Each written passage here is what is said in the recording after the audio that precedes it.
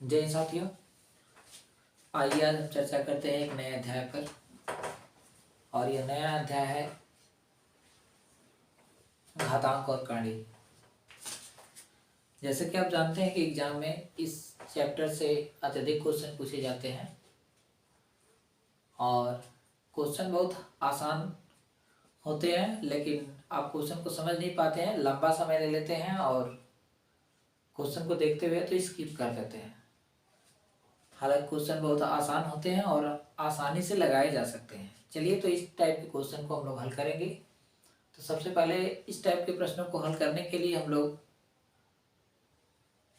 कुछ नियमों को जानेंगे और नियमों को जानने के पश्चात तो इस टाइप के कुछ क्वेश्चनों को हल करेंगे। चलिए आइए देखते हैं। जैसे कि मैंने बोर्ड पे लिख दिया है घातांक और कर्ण, और इससे संबंधित कुछ नियम मैंने लिखा है और नियम को मैंने क्वेश्चन मार्क के रूप में रखा हुआ है। क्वेश्चन मार्क के रूप में इसलिए रखा हुआ है कि उसको कंप्लीट नहीं किया मैंने। जितने भी है सब प्रश्न और नियम है, लेकिन कंप्लीट नहीं, उसको कंप्लीट करेंगे भी और समझाते हुए आगे बढ़ेंगे। चलिए देखते हैं। जैसे कि आप देख रहे हैं यहाँ पे पहला नियम जो दिया हुआ है, घातांक के पहले नियम के अंतर्गत लेते हैं। तो घातांक के अंतर्गत जो संख्याएं लिखी होती हैं, अगर मान लेते हैं कि इस तरह से लिखा हुआ है, ए लिखा हुआ है, इसके ऊपर ऐसे कुछ नंबर लिखे हुए हैं, इसको नाम क्या देते हैं? तो ये ऊपर वाला जो होता है इसको पावर बोलते हैं, यानी पावर, या इसको हम लोग घात बोलेंगे। और नीचे वाली जो संख्या होती है इसको बेस का नाम देते हैं, यानी इसको हम लोग आधार बोलते हैं। ठीक है, चलिए तो हम लोग लेकर चलेंगे अब समानता और इसको हल करेंगे।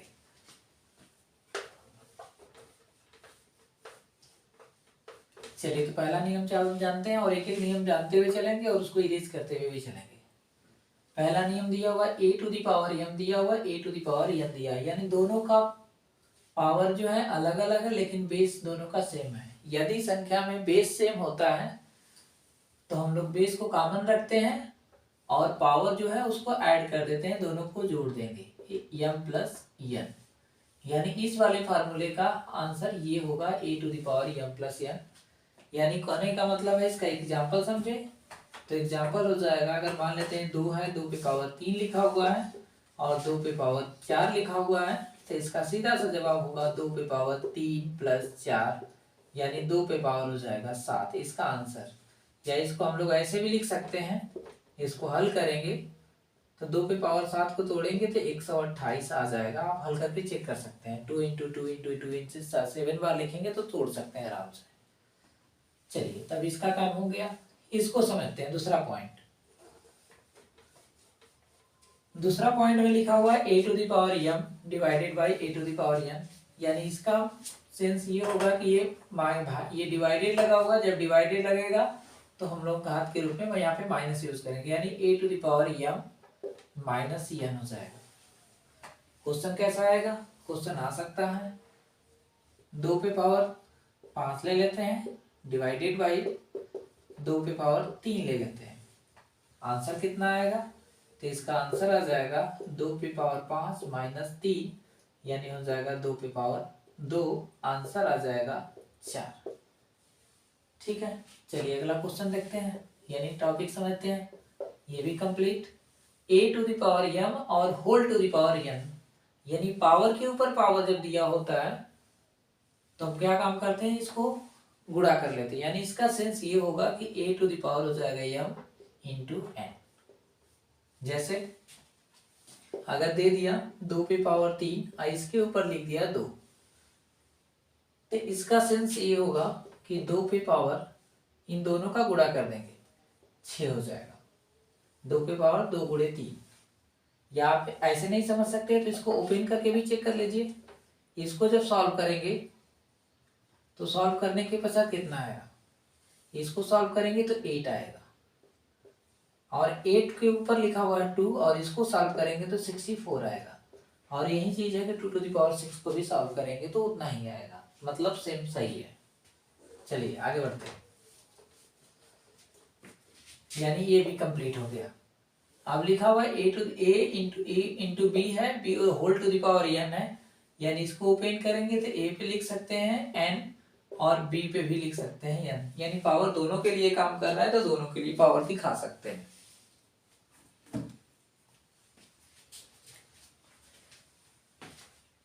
चलिए आगे बढ़ते हैं। ये सब कंप्लीट हो चुका है, इन सबको इरेज करते हैं और आगे बढ़ते हैं। अब लिखा हुआ है a upon b to the power n, यानी इसको ओपन करेंगे तो a पे भी पावर n काम करेगा और b पे भी पावर n काम करेगा। इसको जब लेकर चलेंगे, अगर किसी भी संख्या पे पावर 0 दिया हो तो उसका मान 1 होता है, यानी आप अपना नाम भी लिख लीजिए और नाम के ऊपर 0 पे पावर लगा दीजिए तो उसकी वैल्यू 1 होती है। आप नहीं समझ पाए होंगे कैसे होता है, चलिए मैं प्रूफ करके दिखा दे रहा हूं। जैसे मैंने ले लिया 2 पे पावर 4 और -4, इसका सेंस ये निकलेगा कि 2 पे पावर हो जाएगा 4 डिवाइडेड पावर 2 पे पावर 4। अगर माइनस लगा रहेगा तो वही निकलेगा, क्योंकि बेस सेम है तो पावर माइनस के रूप में लिखे जाएंगे। इसका सेंस आएगा 2 पे पावर 4 अपॉन 2 पे पावर 4, यानी दोनों सेम है, कट करके आएगा 1। क्लियर है? चलिए आगे बढ़ते हैं। फिर अब करणी के कुछ नियम है उसको समझते हैं।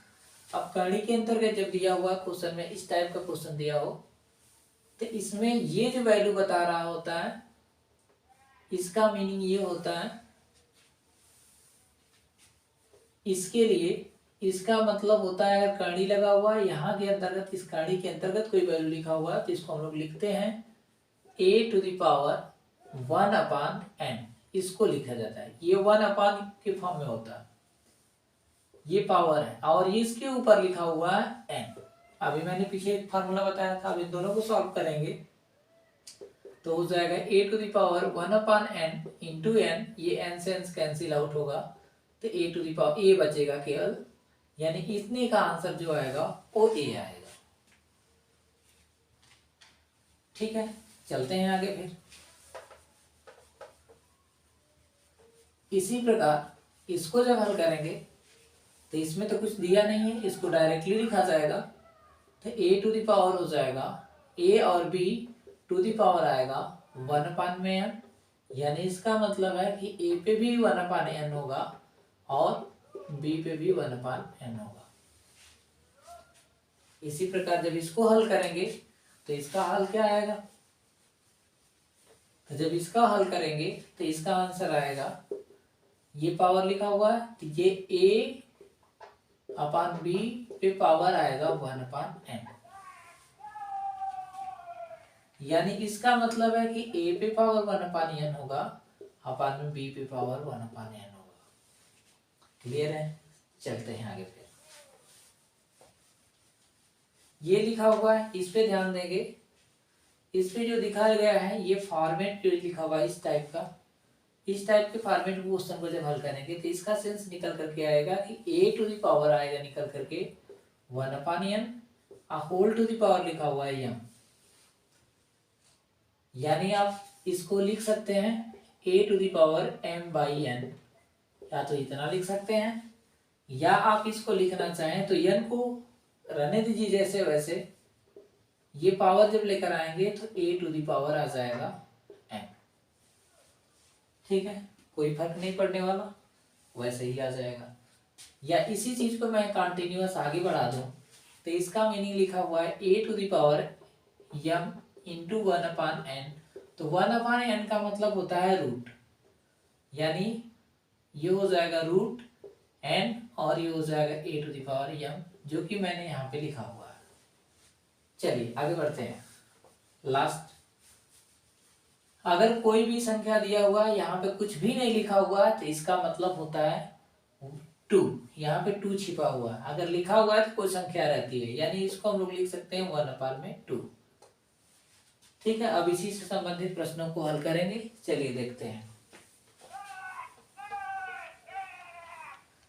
इस प्रश्न को पहले को लेकर चलेंगे। पहला प्रश्न दिया हुआ 243 पे पावर 3/5, क्वेश्चन को हल कैसे करेंगे, इसको हम लोग पहले पावर के रूप में कन्वर्ट करेंगे।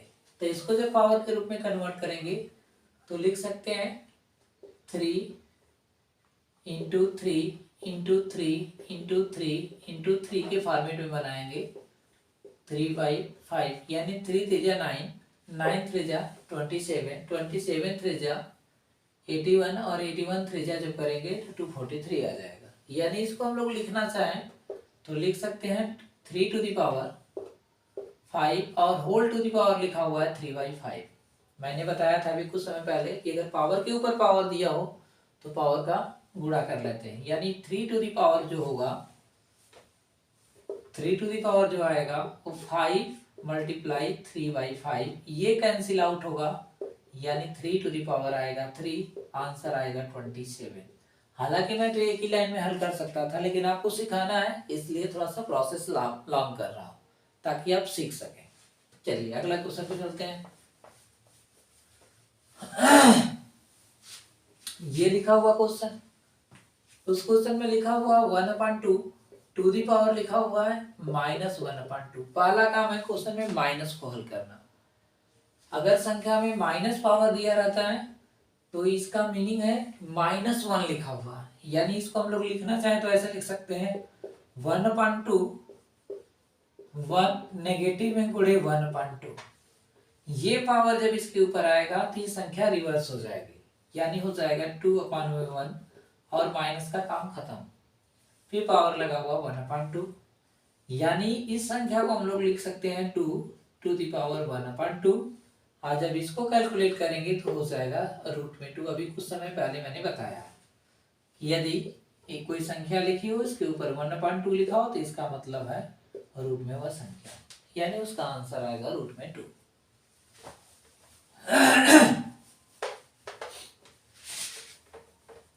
चलिए अगले प्रश्न पे चलते हैं। देखिए लिखा हुआ क्वेश्चन, रूट में 2 टू द पावर n और लिखा हुआ 64। ऐसे प्रश्नों को कैसे हल करेंगे? है सब क्वेश्चन आसान, एकदम एक एक नंबर के, एक एक लाइन के क्वेश्चन है, बस उसको समझाना है, इसलिए थोड़ा सा लॉन्ग हो रहा है। इसको हम लोग पहला काम है कि रूट को हटाना। रूट को हटाएंगे कैसे? या तो दोनों साइड का स्क्वायर कर दें तो हट जाएगा, तो हम दोनों साइड का स्क्वायर करते हैं, तो जब दोनों साइड का स्क्वायर करेंगे तो रूट हट जाएगा, यानी हो जाएगा, लिखना चाहें तो लिख सकते हैं हम लोग 2 to the power n to the power, ये रूट में है तो स्क्वायर कर लेंगे, इधर हो जाएगा 64 का स्क्वायर। सिंपल सा फॉर्मेट। यहाँ से जब स्क्वायर हटेगा तो 2 टू द पावर n आएगा, इधर कितना आएगा 64 इंटू 64 आ जाएगा। कैलकुलेट कैसे करेंगे? 2 टू द पावर n, इसको लिख सकते हैं 2 टू द पावर 6, इसको लिख सकते हैं 2 टू द पावर 6, क्योंकि जो 64 है उसको लिख सकते हैं 2 into 2 into 2 into 2 into 2 into 2, यानी 6 बार लिख सकते हैं। तो ये हो जाएगा 2 टू द पावर n। पहला रूल्स लागू हो रहा है कि पावर बेस सेम है, पावर 8 हो जाएंगे, 2 टू द पावर हो जाएगा 6 प्लस 6, यानी 2 to the power n is equal to 2 to the power 12। Calculate करेंगे, कैलकुलेट करते समय बेस सेम है, पावर की वैल्यू कंपेयर कराएंगे, यानी n की जो वैल्यू आएगी निकल करके 12 आ जाएगी। इतना ही आसान सा प्रश्न है। चलिए देखते हैं अगला क्वेश्चन।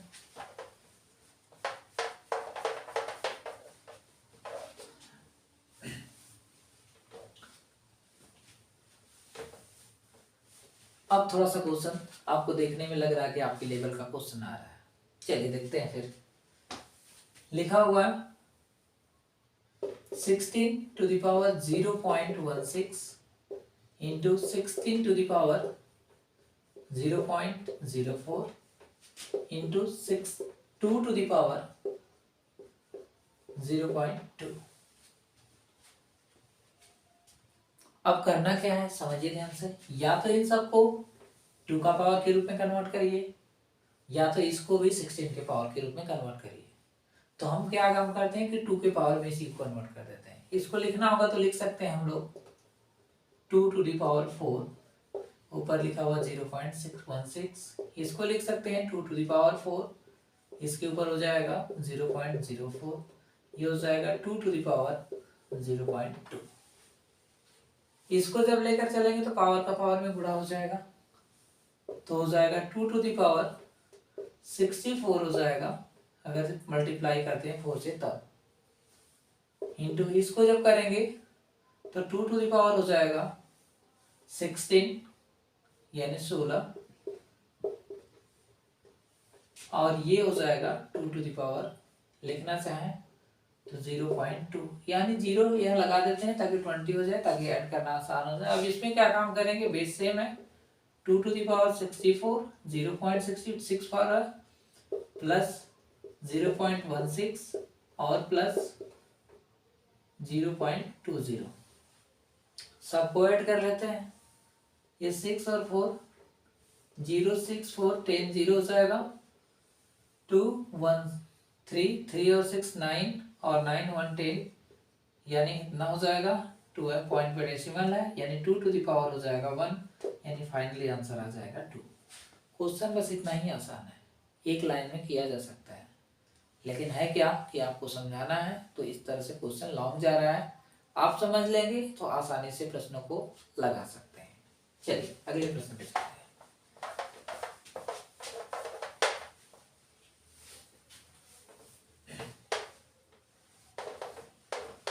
अगला प्रश्न दिया हुआ 5 to the power x plus 3।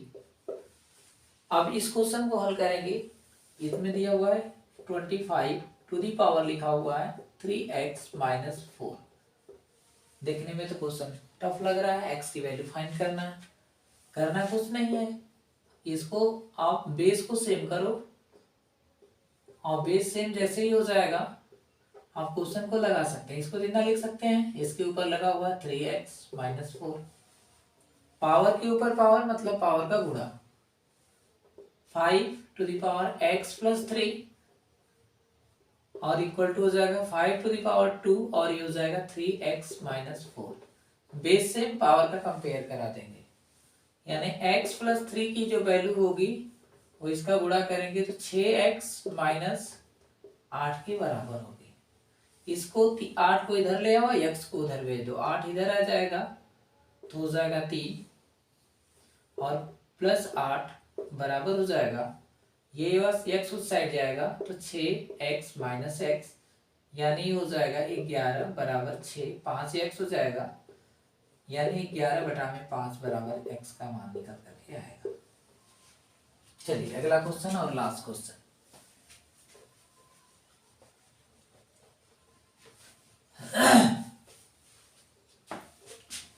यहां लिखा हुआ 9/4 टू द पावर x गुणे 8/27 to the power x minus 1, और इक्वल टू लिखा हुआ है 2/3।